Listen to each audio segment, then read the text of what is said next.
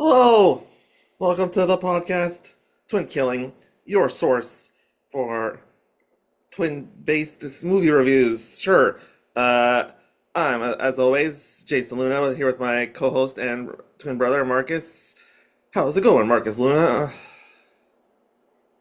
Did good. Kind of wish October was longer so I could pick more horror movies for review because I think it's a fun topic. Well, fun fact: when you pick a movie, you can pick a horror movie anytime you want. Okay, moving on. Before we get into Sinners, let's do a little bit of a warm up. Let's play uh, arbitrarily five things this time. Marcus, give me a topic, any topic, five items in it.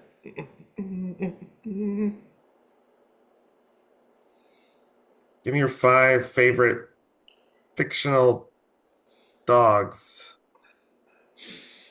No particular order, caveat, because it's a very sensitive topic across America. Snoopy, Number one, it's one.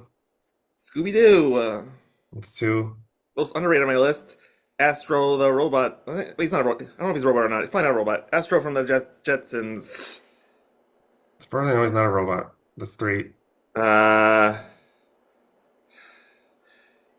Wishbone, because it looked like our first dog. I just like Wishbone, but yeah, yeah. Four. And I'll go with because came to mind and Halloween theme too. Can't remember his name. It's something like uh, Polterpup, something like that. The ghost dog from the Mansion franchise, very cute. Yeah, Those are five. five things. These are five things. These are five things. All right, I thought of this specifically for this question. So, Marcus, a little bit of world building. You're in high school, maybe college. You're introduced to a mysterious newcomer you don't know anything about. What are the top five boys or girls names that, if you were in a movie, they're probably gonna end up being secretly a vampire? Uh,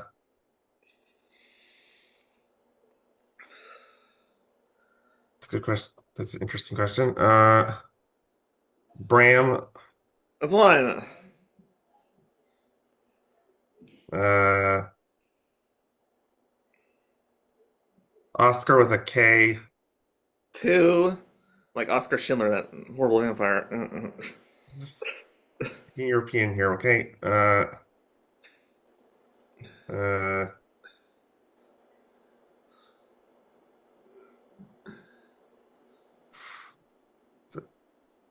God, that's so random. Any name pre 1800s or whatever, pretty close. uh, God damn. William, that's a common name, whatever. But Three,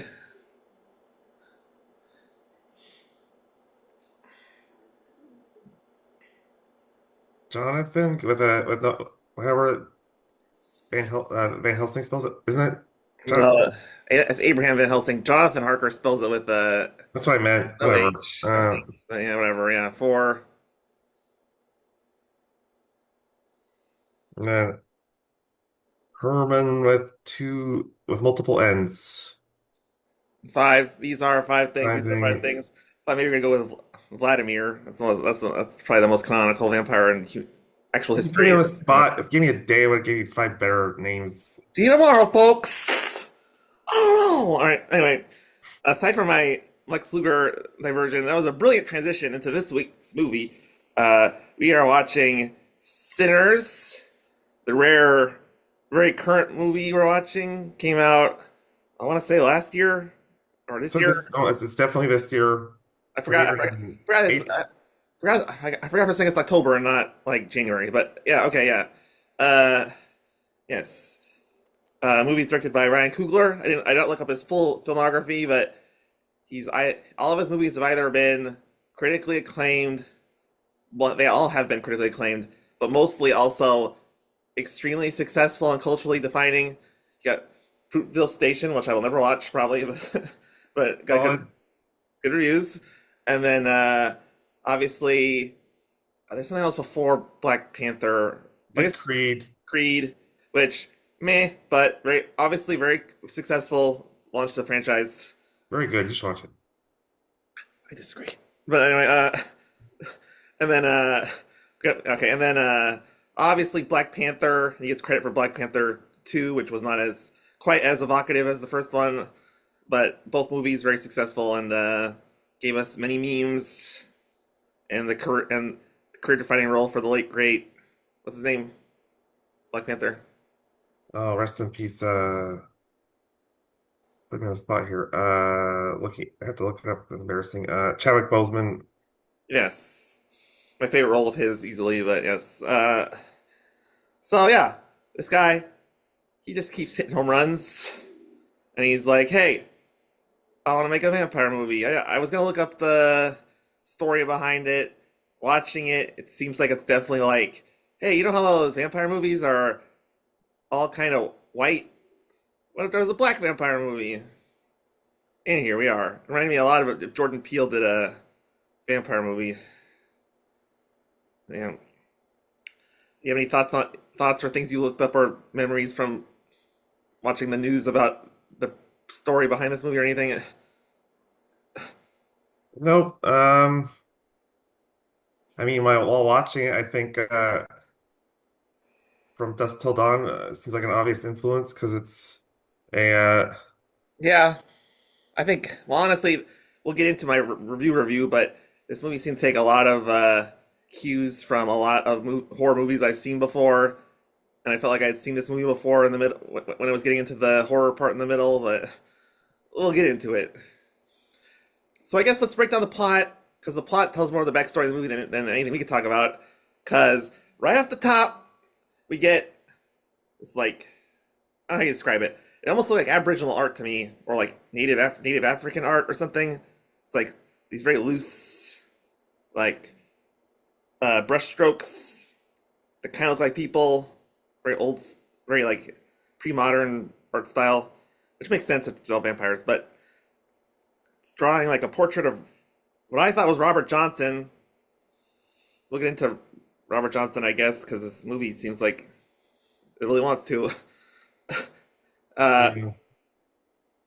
and the narration is I can't remember her name. I wrote down a lot of names, but I called her cynical black woman, the witch. Was that the one who did the voiceover at the beginning? Oh God, voiceover in the beginning. I can't. I don't recall. I thought it was the woman with the witch powers who has sex with smoke, has a baby with him in the afterlife. Spoiler alert.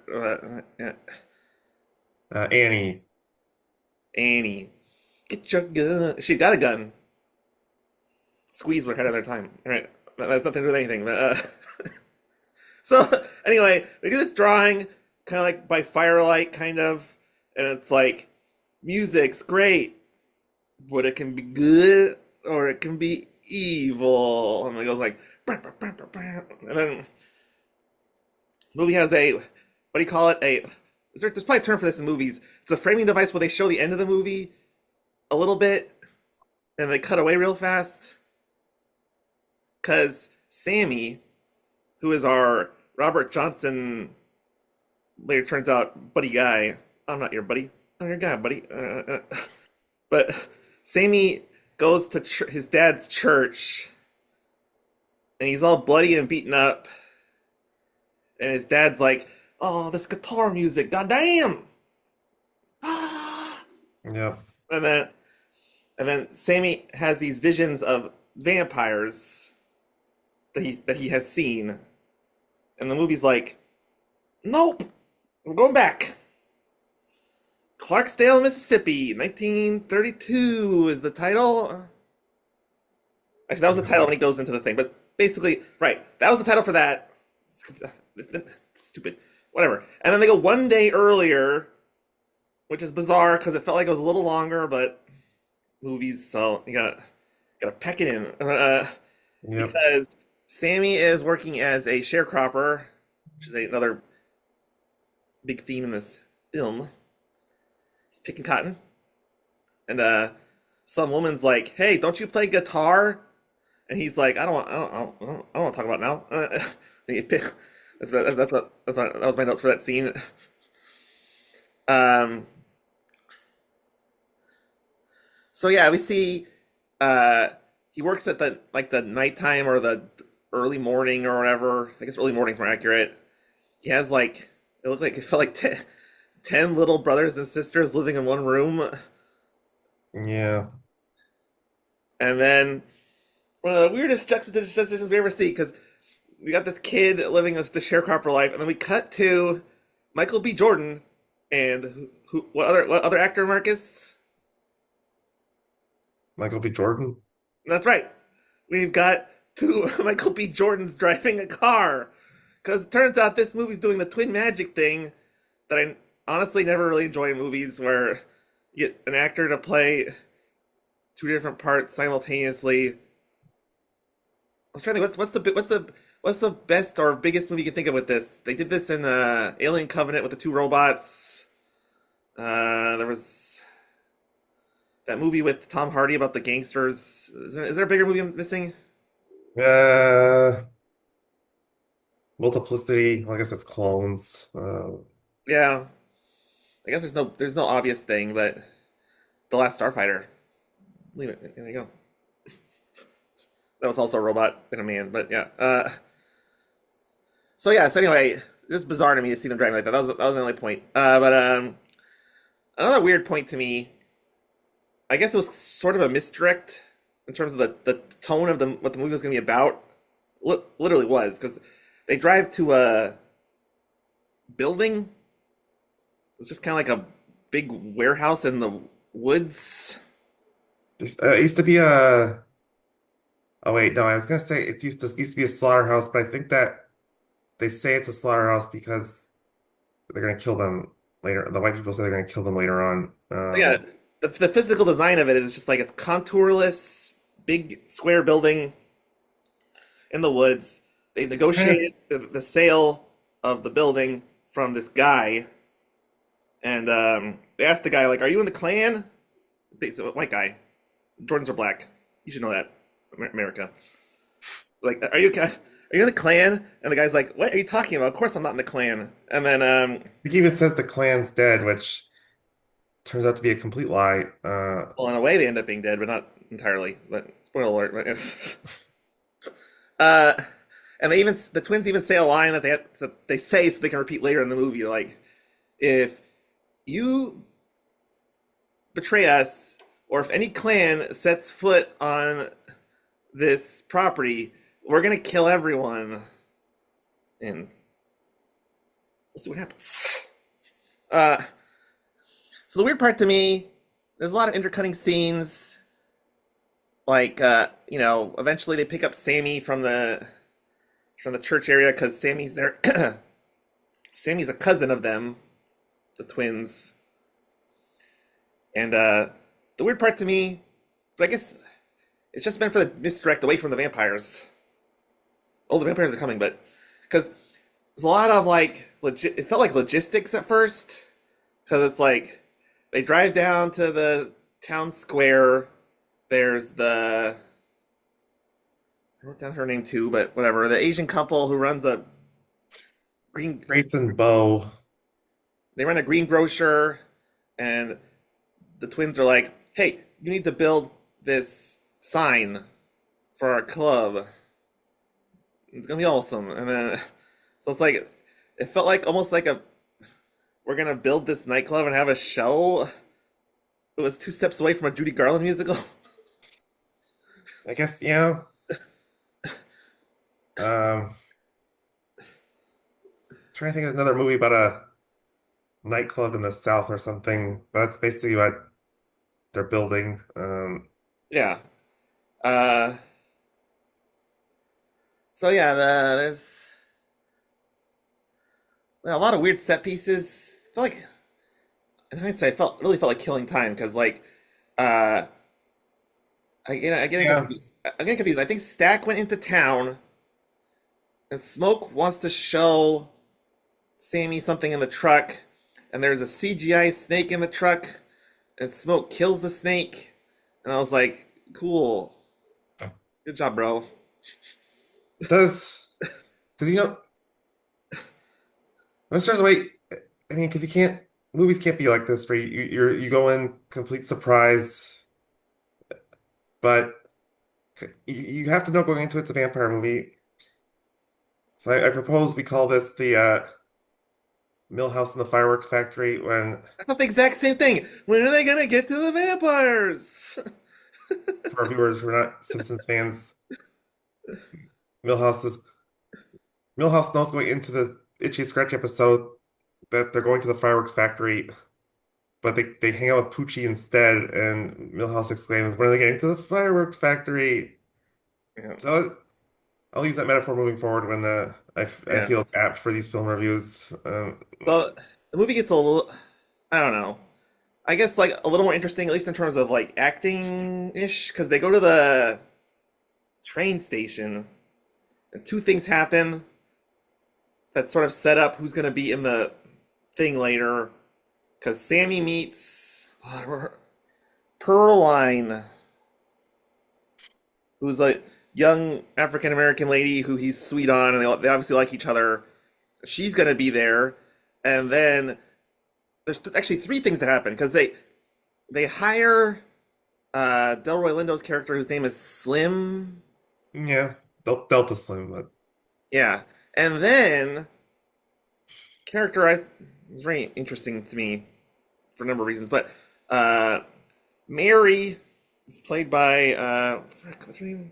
Haley Steinfeld Yeah, star True Grit, another old and Southern movie. Kate Bishop.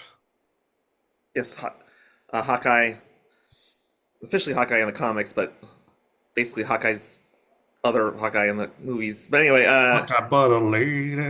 Whoa, whoa, whoa, but a lady. yeah, yeah, And it's the flavor of the podcast.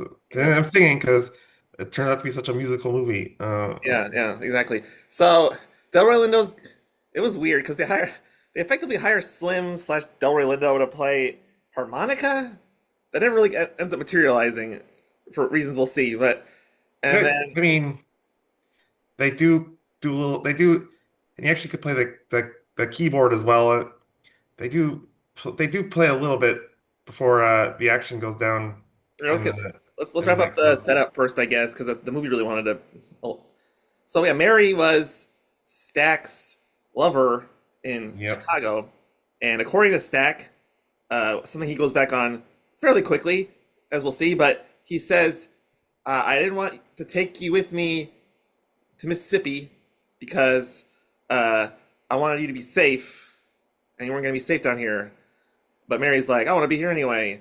And then later on, they have sex. But so it's like not like Stack was really like super worried about maintaining Mary's sexual sobriety or keeping her away from him. But you know, we'll get into that. Uh, so that almost is it for the setup, I think. No, wait. Because we get this movie has a lot of like what do you call it? Parallel editing scenes that overlap. Because well, before that, Smoke does the thing in the town with the. Oh my god, there's so many scenes in this movie. Because I guess it's just setting up his character. The movie loves to set up character. Because when he goes to town to buy the sign for the club, he tells this black girl, "Hey, watch my truck. If anyone messes with my truck, honk the horn." And then he's in the sign shop, and the horn starts honking, and the movie does not. It's people looting the truck, like he said would happen. And it's two African American guys, and Stack shoots them in non-fatal wounds. Yep.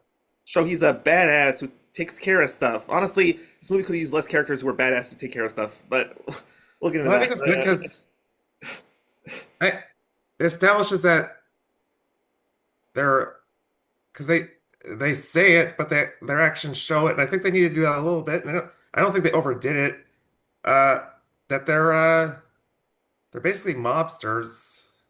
Yes, in fact, as it turns out, they're actually criminals because the liquor that everyone likes so much at their club was all stolen, and they're effectively Very on the common in the they're on movies the and they're on the lam from Chicagoland slash presumably also New York, with the stolen booze. But yes. They've basically been on land their whole life because I believe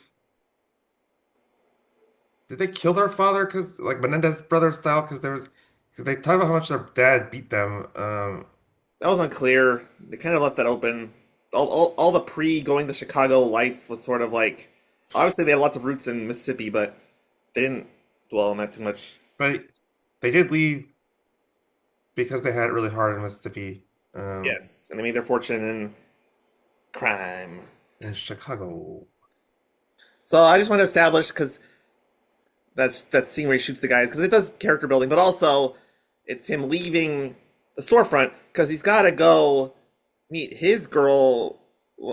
Wait, no, yes, No Smoke, smoke. Smoke. Okay, so confused. Smoke's love interest is you said her name before, Annie, who is the hoodoo. Well, I can't believe it says hoodoo. I thought it was voodoo, but there's hoodoo well, and voodoo, I guess. Okay. Um, I can see that Voodoo is a little more linked to I don't know. I only know Shrunken Heads and Voodoo dolls and stuff, but anyway, well, it makes sense that there was an American version of Voodoo because it is very Voodoo-ish. Uh, so yeah, like this movie loves to do. At first, she's like, "I don't want to be involved with your club and your crime and stuff. This is weird." And then they bone, and she's all on board. This movie loves surprise bones. Them bones, them bones. Them. All right, so are we finally at the club yet? I think so. Pretty close. Oh yeah. yeah, Wait. Sorry. Okay, before I get to the, I'm gonna talk about the thing with the vampires. So, anything else before that? no, I was gonna get to that. I thought that was a cool scene. It was pretty quick too. And I think that was good. It was quick. The scene where they introduce the head vampire and Yeah. So the scene is this guy. There's this very art.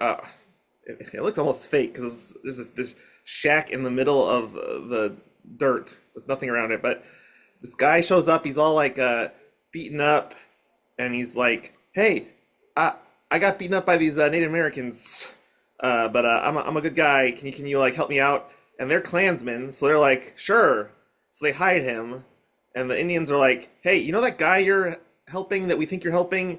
He's like really bad. Don't don't do that." God forbid, don't let him in. And if you did, let us know now so we can help you.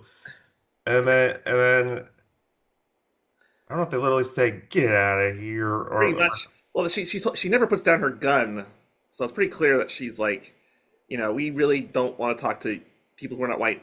they're Uh, they're Choctaw specifically, and he yes. says, "May God spare your soul" or something in Choctaw, and they leave. So yeah, once they leave, honestly, this scene could have been even shorter for me because as a horror movie fan and just a cinema guy, felt very cliche. But the husband uh, got mauled and vampirized by the interloper guy, whose name is Remick yeah, very very classy name for bigot. But and Joan and Bert. yeah, so yeah, and then oh, that's right, Joe too. Yeah, that's weird. But anyway, so yeah, and then they heavily imply he's gonna kill the or vampirize the wifey, And they do. Yeah. and then so then we finally get more or less to the nightclub, which is finally built. Oh no, there's even there are. My God, okay, this movie's not as slow as this, but there were elements of this to me where it's like they had to hire every single person who was in the movie because the guy Cornbread. In hindsight, I'm probably being cynical. I'm like, we really didn't need the Cornbread origin story, but I guess it gives him something to do and makes him a little more well-rounded as a character. They find that there's this big black farmer, very fat man named Cornbread, who they want to pay money to work at the thing, and he's like, "I don't want to work there, but we'll pay you. Let me get my bags." That's pretty much it. So we're at the club. Club's bouncing a lot of intercuts. Kind of hard to summarize entirely. I'm sure if you wanted to watch this movie, you've already seen it. It was very popular, but the club's running. Just look at my notes, but it's pretty much Mary shows up, and they're like, "Oh, you shouldn't be here," and she's like, "Oh, but I want to be here, and I want to see Stack," and then blah blah blah, and then Perline shows up, and that was more expected, I guess. It's like so many little scenes. You have anything to get to before the Sammy starts playing and Delroy Lindo's like, music can predict the future. You muted, by the way. Is it intentional? Oh, sorry. Yeah, it was intentional because there was a plane going over. But no, that's about it Yes, for this is the weirdest pre juke joint shenanigans. The rest shenanigans. of Just the movie felt like, basically takes place in this juke joint. I guess those shenanigans. Just felt like a normal flapper club, but yeah. It's specifically called a juke joint. I know. Then they call it the juke joint. Yeah. So anyway, the weirdest scene in the movie definitely distracted the hell out of me. Sammy's playing his blues, and everyone's impressed. Del Orlando practically turns to the camera, but he's sort of just talking. He's like, uh, "Blues music is so great, it can like predict the future." And then, not Bootsy Collins and not LL Cool J show up. And then not, well, I guess they are or not because it's past and present, so it's I mean, the actor, African African cave musicians. I don't, not necessarily cave musicians, but ancient tribe peoples. And then because uh Grace and Bo are there, the Chinese shopkeeper and wife are there helping with the club. A couple Asian people from future and past come and participate in the dancing and musicianing. and the club metaphorically burns down. Yes. Did this scene add anything to you? Because to me, it was just like, what? Huh? Who he? It's this film gets very art house at times, and this is the peak art house moment. It's a metaphor for how powerful music can be, and it's like, when we're gonna burn this place down when a band starts their set or something, they don't literally mean they're gonna burn the house down. It's and Yeah, I it was just representing that basically, I think. felt very hollow and almost self-congratulatory to me. Like, this random blues music we're playing, it's actually important. Please. I kind of liked it because I don't know, just it's I appreciate when films do something you haven't seen before, and it's Yeah. music is so powerful that it feels different, you know? I almost, I'll get to my review later, but I kind of wish the movie had leaned into this further, and we got more of a David Lynch, what you're seeing doesn't really matter as much thing, as opposed to the rote horror movie that we're about to get into, but that's a topic for later on, I guess. So I have my notes here. It's very abrupt in note form, but Sammy and Pearline have sex, which I forgot happened until I looked at my notes again. I felt like it was 116, it was one sex scene too many almost, but establishes their chemistry, I Yeah, guess. But then it works out they have a fuck room. They go in and do it, and then yeah. oh, because we're gonna get to the other sex scene. It's a little more loaded in the vaguest sense possible. Because um, the three hillbillies show up, and believe it or not, they're vampires. The glowing red eyes and the menacing tone. I And wouldn't believe it. they're an Irish. I didn't think they'd do music. I thought it'd be Oh the my black god. people doing the music, and the white people would just want to suck. I just want to suck your blood. But they they're Irish banjo trio or something. Give Ryan Coogler credit, I guess, because the whole movie's sort of about racial equality or racial mirroring. Because the blues music was okay. The Irish bluegrass stuff, my brain was just like, I am, um, what? Look at my phone. I don't know. So I thought it was high quality Irish bluegrass music, but talking about because they talk about the when they get to the fireworks factory moment I've had in multiple films. I can't make a Simpsons reference, but that feeling you get in a musical where you go, oh, another song.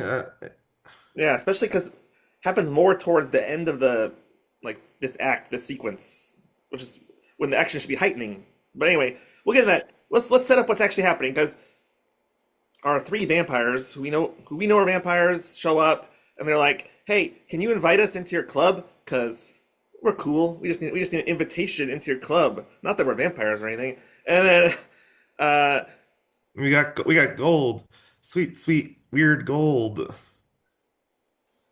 was like gold with a weird design on it. yeah. So then this movie introduces a theme that doesn't really come up again because violence happens, but because the vampires get set off, and it's like okay, that's weird. It's over now, and then the twins talk about how they're going to run out of money. Uh, Right, because it makes sense and I learned something about sharecropping is that I knew that sharecropping in essence is a corporation takes over the whole plantation and then they pay it's not quite slave labor, but they pay often minorities very, very, very low wages to pick the fields for them. yeah, And makes sense. I learned that the sharecroppers don't always even pay in money. Some of them pay in wooden nickels. store credit. It, it's called company script, Yeah, according to Wikipedia. I feel like I mean I didn't feel like I learned a ton extra about the sharecropper or Southern experience, but to a lot of audiences, this will be a somewhat useful way of learning stuff. Let's get back to the plot, because I guess Mary is just like super chill with racial unity or something, because she goes out to talk to the racist vampires at their campfire, and she's like, I want to check if you guys are cool. And then she gets creeped out by them almost instantly and tries to walk back to the club. And then they do one of those, I don't know. it got me. I didn't. They did show uh Remick start flying when she was walking away. You didn't think she got bit right away, right when that happened? No, because it cut away. I was thinking on the next scene instead of thinking what happened to Mary. Fair, Um, fair enough. I mean, I was pretty sure that's what happened. And then when Mary's like goes running back in the club and she's like, Stack, I gotta fuck you right now. And it's like I was like, well, she's probably a vampire because it did seem very, very abrupt. But I mean, it is storytelling. It's interesting. So I'm she's not pretty. I don't opposed know. to it. I Yeah, I also didn't catch it because she's pretty raunchy and has a dirty mouth. Uh, yeah. earlier in the movie too.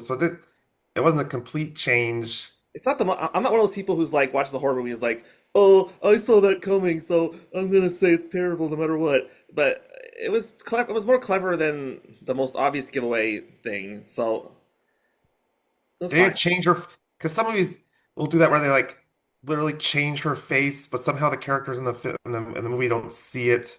And as an audience, they're like, obviously something's different with her.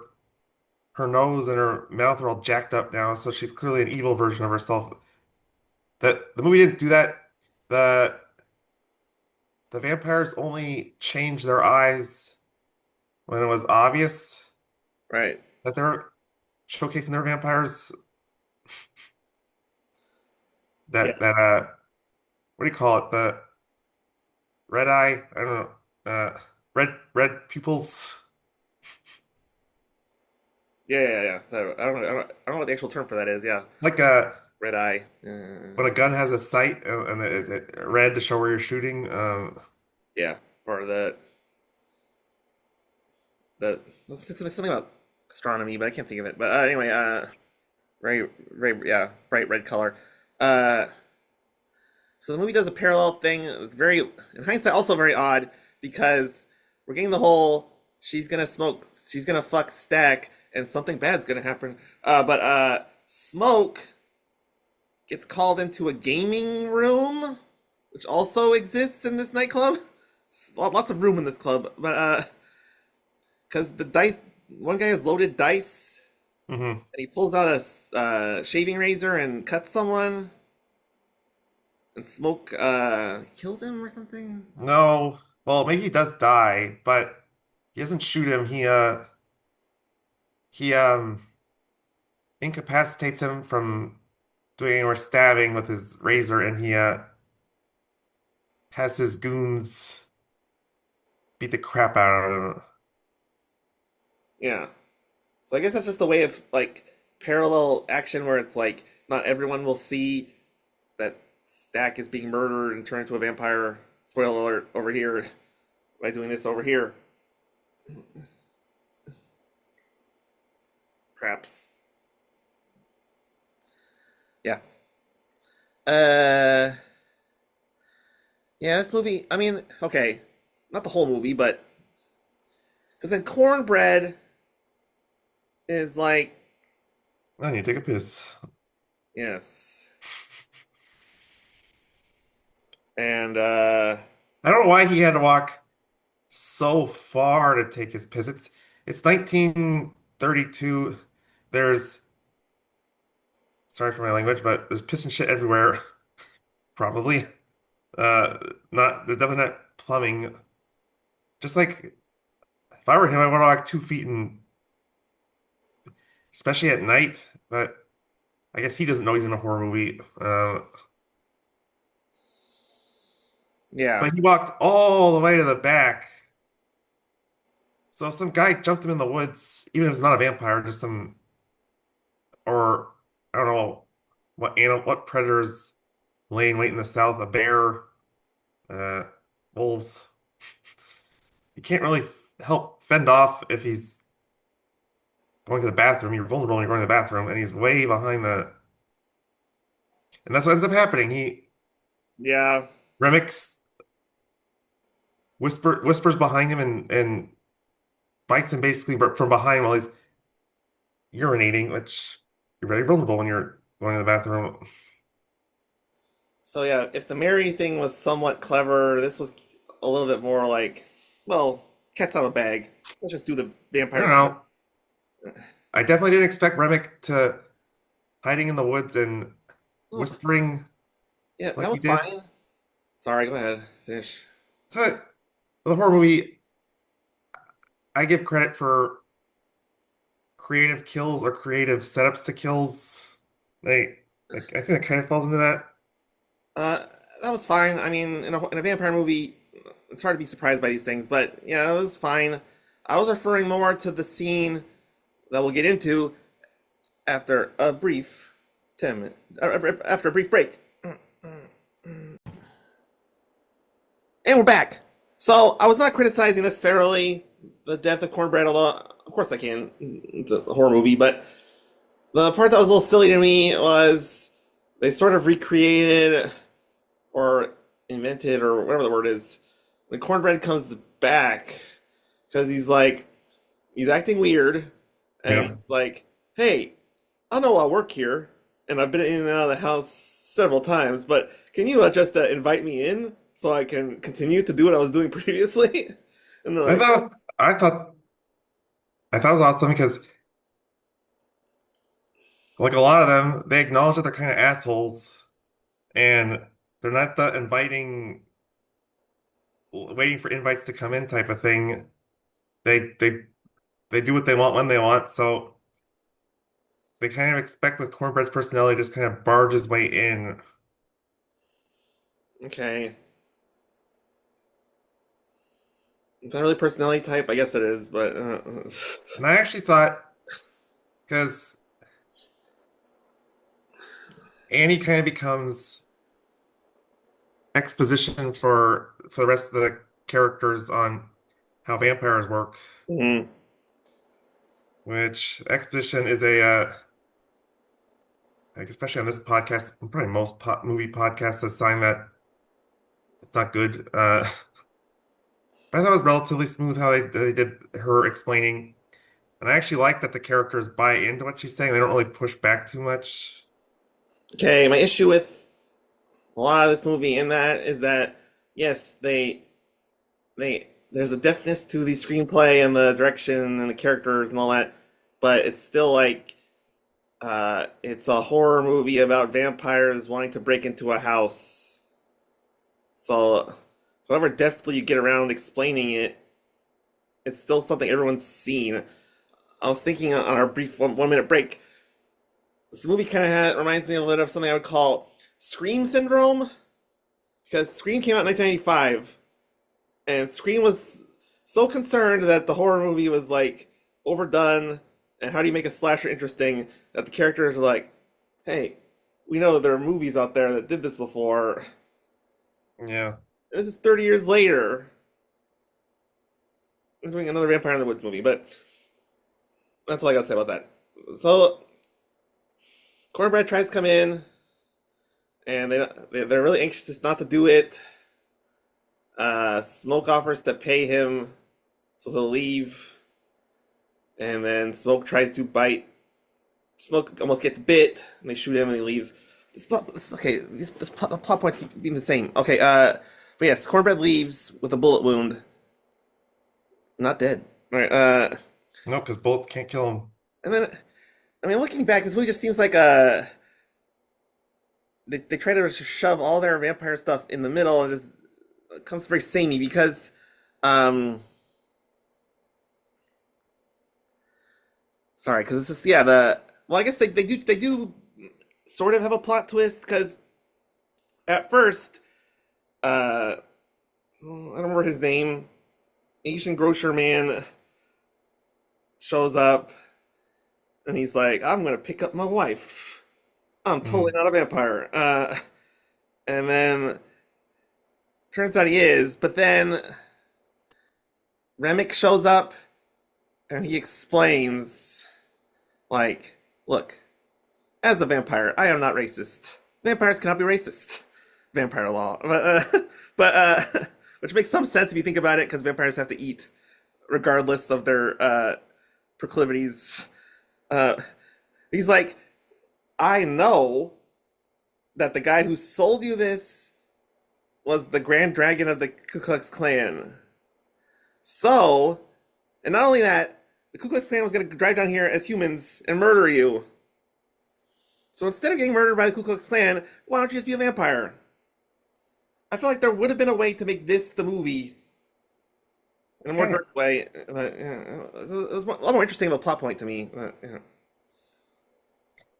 it kind of is. I mean, life's hard for them being black in 1932 in Mississippi, and I don't, you're saying it's absent, though. I think it's present that vampiring could be sold as a positive alternative to that, being a vampire. Okay. Uh, I guess we're each entitled to our opinion. I thought it was way too much. Let me in. I'm not a vampire. I thought it was, I think, kind of somewhat almost intentionally, I want to say funny, but that they're clearly acting different when they're trying to act like humans as vampire when they're vampires. Yeah, I mean, it's also something it can be perceived as clever or self-referential or something, but it could also just be derivative of a cliche of how vampires act in movies. But And I like the hive mind thing, um, because when Bo shows up, I thought that was one of the cooler scenes in the movie when he starts speaking, when the Remick starts speaking to her in Chinese, yeah, because it's it freaks her out, and then he starts talking about her killing her daughter, who they left in the grocery store at the beginning of the movie.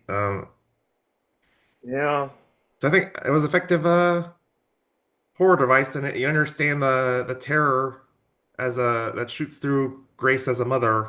Hmm. Felt like it was something that happens in horror movies a lot, also, but right, obviously have different opinions on these things. So, plot wise, we didn't state it directly. I kept dancing around a little bit, so I'll just say it literally. When Mary was fucking Stack, we see clearly she's a vampire, and then we see even more clearly because when they burst into the room, Stack looks like he's dead and has all of his blood out of his body, and Mary's all like covered in blood with her vampire teeth out. So it's very explicit. They lock the room more because they're like Stack's dead and we don't and it's like a dead body and it's gross. And then Stack wakes up in the room and insists he's alive and normal. And then I'm sure there's more going on, but basically Stack explodes the door Yeah. and then the realm has been broken, so all the vampires start running No, around. that's not how they get back in. Because Stack and Oh, I remember now. Mary Go ahead. a little separately run out. But the only way they get back in is I thought is when because Grace is so freaked out, the Asian woman, and she says, "We have to fight them here, otherwise they're going to kill my daughter and kill everyone else." So she literally states, "Come on in, I'm inviting you in. Come on in, come on in." And then it's showdown in the juke joint. Showdown's one word for it. It's just action horror sequence. But I mean, yeah, I call it showdown because they stare down each other. The vampires stare down the humans outside the juke joint, and the humans stare down inside the juke joint, and then they charge each other. So it's showdown-ish. any action sequence with a pause. Got it. Okay. So the vampires run in. They start doing what you expect. Uh, the big set piece is Annie gets murdered slash bit by a vampire, and Smoke ritualistically stabs her in the chest with a plank of wood to prevent her from turning into a Honest. vampire. And then a lot of stuff happens, but I mean, the crux of it. I'm sure there's something else too, but that's pretty much it. Because naturally, a fire breaks out because it's a horror action movie ending, and then Smoke and Stack are having their.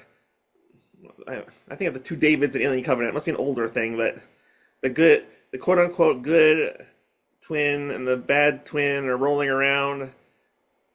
Definitely setting up what you think will happen is that the good twin looks like he's gonna win. The bad twin secretly wins.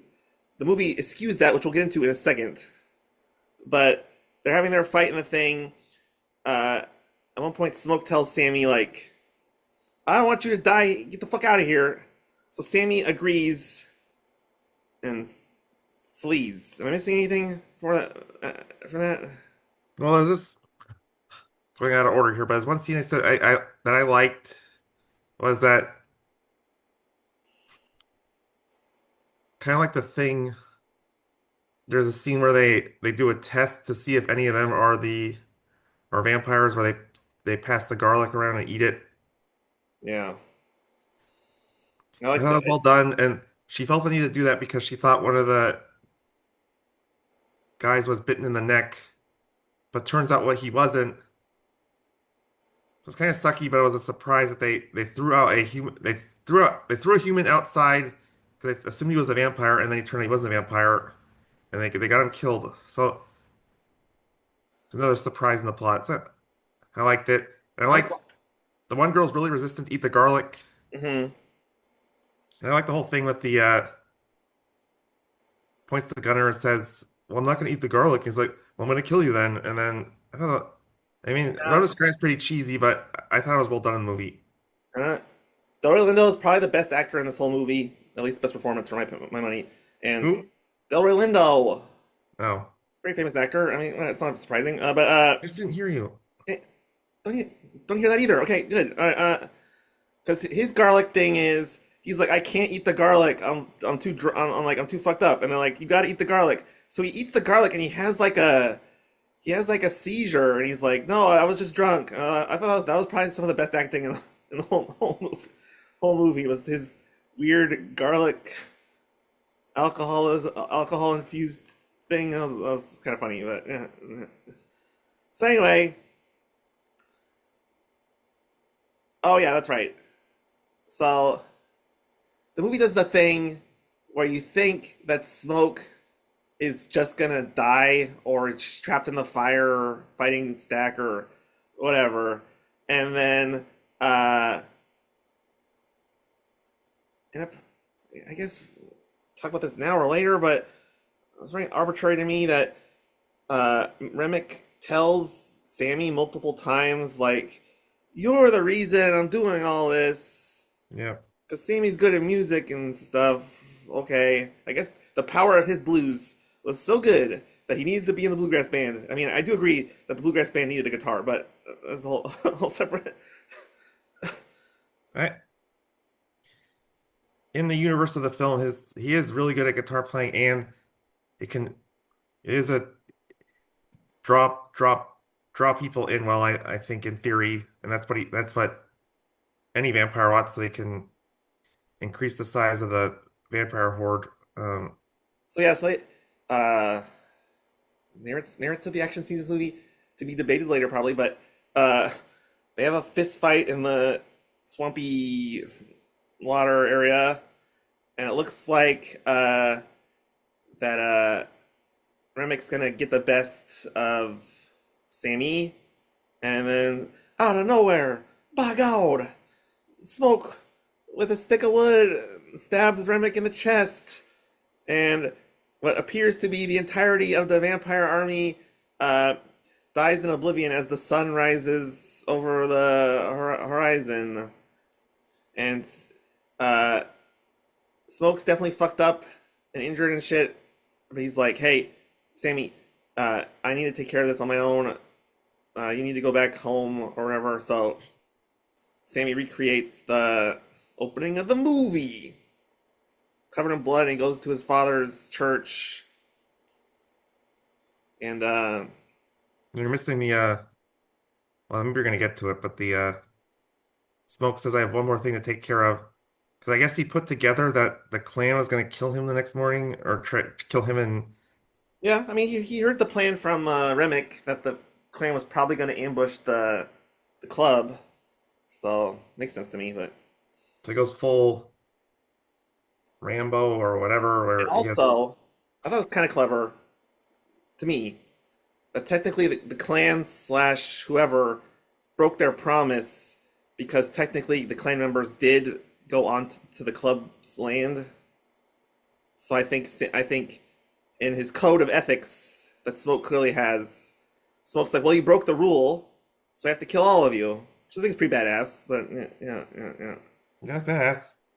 So kind of like parallel editing thing, because Sammy goes to his dad, who was a very conservative preacher. You know, one of those guys was like a very small homemade pulpit in the woods uh, with the sharecroppers in it and stuff. And his dad's like you're covered in blood, and this guitar music, it's all bad.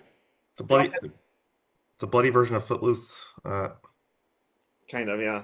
And so dad's like, you gotta give up the guitar and pray and shit. And then it's parallel editing, so I don't remember the exact order, but they show basically that Sammy, like, covered in blood, just leaves and takes his broken guitar with him.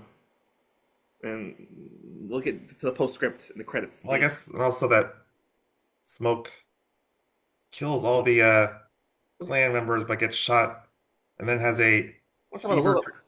Okay, I want to talk about seeing a little more in full. It's a pretty awesome sequence, probably the best sequence in the movie. Well, I thought I already talked about it.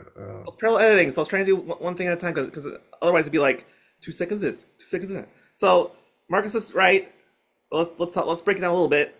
So Smoke's at the. It is out of order, but whatever. Smoke sends off Sammy to go do Sammy stuff, and he pulls out a suitcase, and I thought it was a Tommy gun. I guess I'm technically correct, but it was also a kit for one of those home, I don't know what you call it, old school sniper rifles because where you put the gun It, down.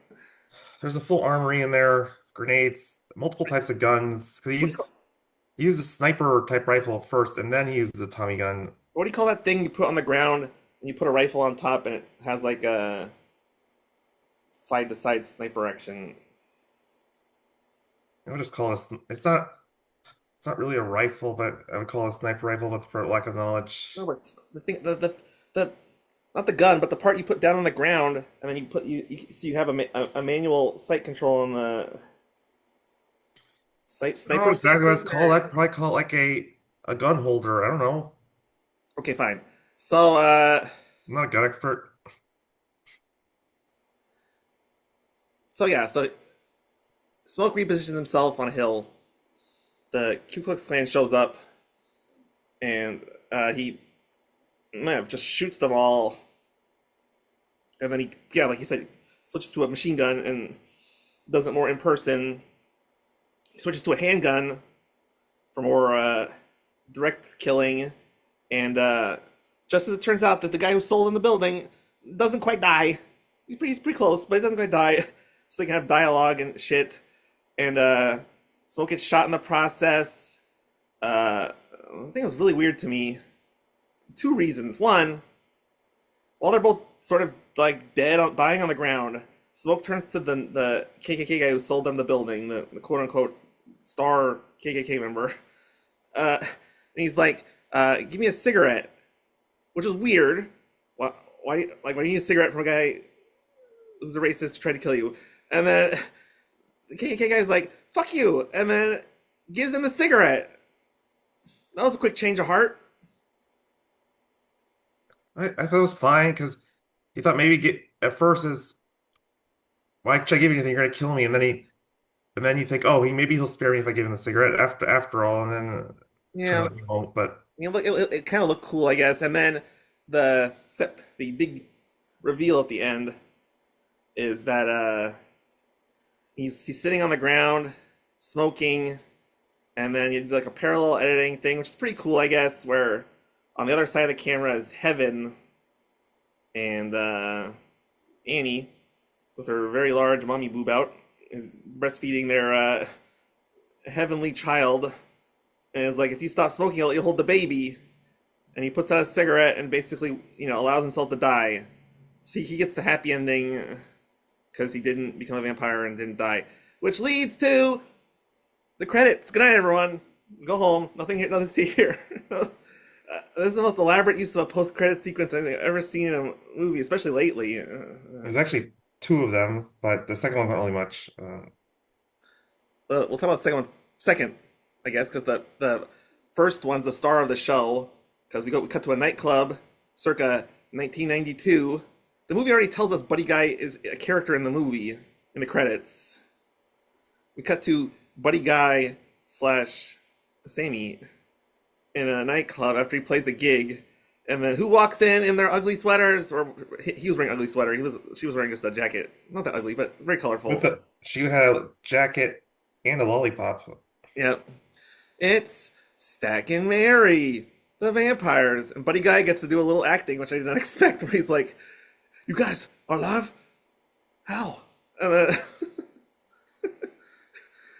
Oh, I love this scene, by the way, but okay, you're oh, whatever. no, it was just silly. No, it wasn't bad silly. It was just silly. But they cut to the vampire rule, which they sort of hastily threw in at some point, which is like, you can't just kill the head vampire. You have to kill every vampire, or they'll live forever. Blah blah Yeah, blah. So even though he killed the head vampire or the leader of the vampires or whatever, and the son killed everyone else, Stack and Mary survived all these years. because I thought again another thing I liked is because you don't see the Like, dialogue. You don't see the dialogue when Sammy and Stack are struggling and fighting, but it's not Sammy, Smoke and Stack, Smokestack. When off camera, apparently, Smoke said, "I'll let you live, Stack, if you never bother Sammy." And then, even though yeah, he's a vampire, he agreed. Yes, there's obviously a code of ethics with the vampires slash criminals in this movie that is against expectations. But yes, that was the coolest part because otherwise it would have just been like the end of the movie would have been Stack grabs Buddy Guy by the throat and he's like, "You thought a brother died in the barn. It If was he the wrong turned, God brother." forbid, he turned Buddy Guy into a vampire. That would have been the cheesiest thing ever. I'd be fine with it, but moving on. Did you like Stack's? He had his name. He had a, what do you call that when you have like, it's not a ring, but it's the multiple finger jewelry wrapped around your fingers. And he had, did you see he had Stack, his name on his finger jewelry? I mean, it makes sense, but I wouldn't say I liked it. I didn't even notice it honestly. But so yeah, so that's about it for that scene. Let's see. Wait. So they're alive. They established pretty much that like, hey, uh, we just wanted to talk to you to see if you want to be a vampire because we know you're gonna die pretty soon. And Buddy Guy's like, nope, I'm gonna die. Don't worry about it. And they admit they're fans of his. And they have all of his records, and they leave. And then they have that sort of it was not Lynchian, very artsy movie moment where he's like, Buddy Guy has to say one thing. He's like, which is like, again to me, he's kind of crazy, but he's like, before all the vampires showed up and killed everyone, that was a pretty amazing day, wasn't it? And That then was the best day of his life. and Greatest then day of his life. and then Stack's like, yep, the last time I saw my brother, and your music's awesome. And Peace out. also, Stack also says, last time I saw the sun. Which was clever for a vampire movie, I'll admit. We'll get into And that. he My said, and also says, the last time we were truly free, which I also thought was also nice and poetic. Yes, this movie, as we'll get into, has very good artistic touches on a framework that I do not think is wholly solvent, but we'll get into that. What was the second scene? It's easy to forget. Sammy plays a song, I think in the church setting by himself. My HBO may have skipped over that too. My kicking out of that room or whatever, but yeah. Oh, I was able to watch it. I made sure I switched to the credits to make sure I could watch the whole credits. Well, usually, we'll get into a different podcast, but usually when a streaming service does that, they're letting you know that there is nothing to watch, but I guess maybe not. Anyway, so that's the movie. I guess nothing else to get into except our reviews. You can go first. Yeah, you're right that it pulls from other I think I described, and I think you might have described more, that it does pull from other movies.